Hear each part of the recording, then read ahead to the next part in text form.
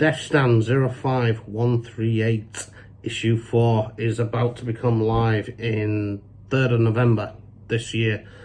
Caused a lot of excitement amongst the industry because there's quite a few changes. That said, issue 4 has been available to view in draft for quite some time. What's different is that we now have a model where it can be applied, particularly within defence industry.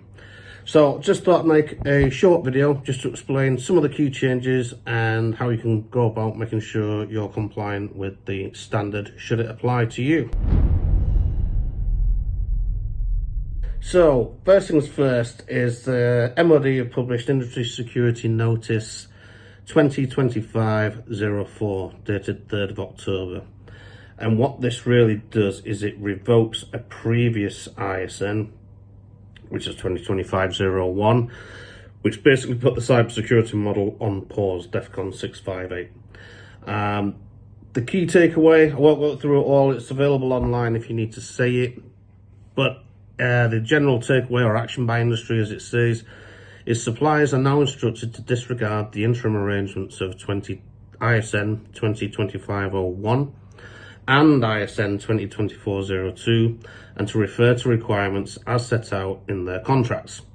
So DEFCON 658 is now available, and a new tool will be available from the 3rd of November, which will enable and require new risk assessments, basically allowing companies to understand their new risk profiles. So what does this really mean? The reality is we're moving from issue 3 of DEFSTAN 05138 to issue 4.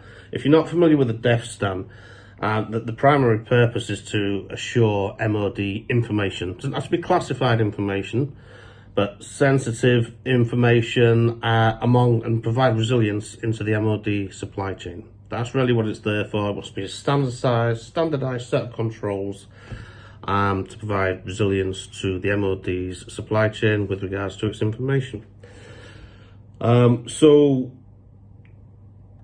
there's a new tool. There's going to be new risk profiles assigned, whereas before under the old DEFSTAN, you'd run through something called an SAQ, a supplier assurance questionnaire, and that questionnaire would give you a risk level or a risk profile of either non-applicable, very low, low, moderate, high, and that was it. And that would assign the number of controls that you had to do. So if you came in as a high risk profile, you would have to attend to 63 controls. That's to answer 63 questions essentially regarding your cyber resilience and security.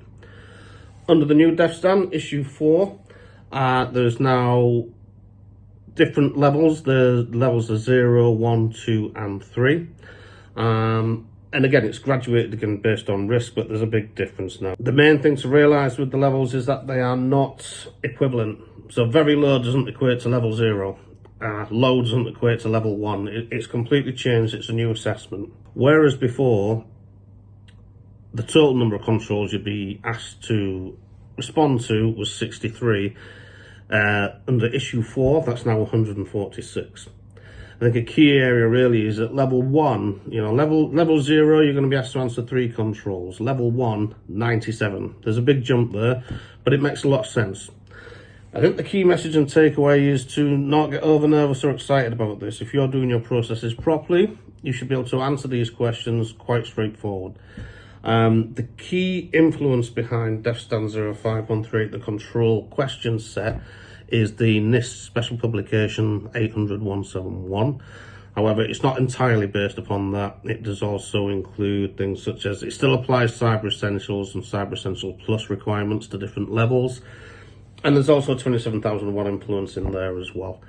What are the key takeaways? Key takeaway is you need to be prepared for meeting the new standard. It's going to ask you more questions than issue 3 did. If you already have good cyber resilience in place, this really shouldn't be too much of a stretch for you, especially if you're already aligned to something like ISO 27001, NIST 800-171, and if you already hold Cyber Essentials, Cyber Essentials Plus. It should just be a case of you reviewing the controls and answering the questions. How long do you have to respond to this ISN? Well, DEFSTAN 05138 will apply to any new contracts from the 3rd of November this year.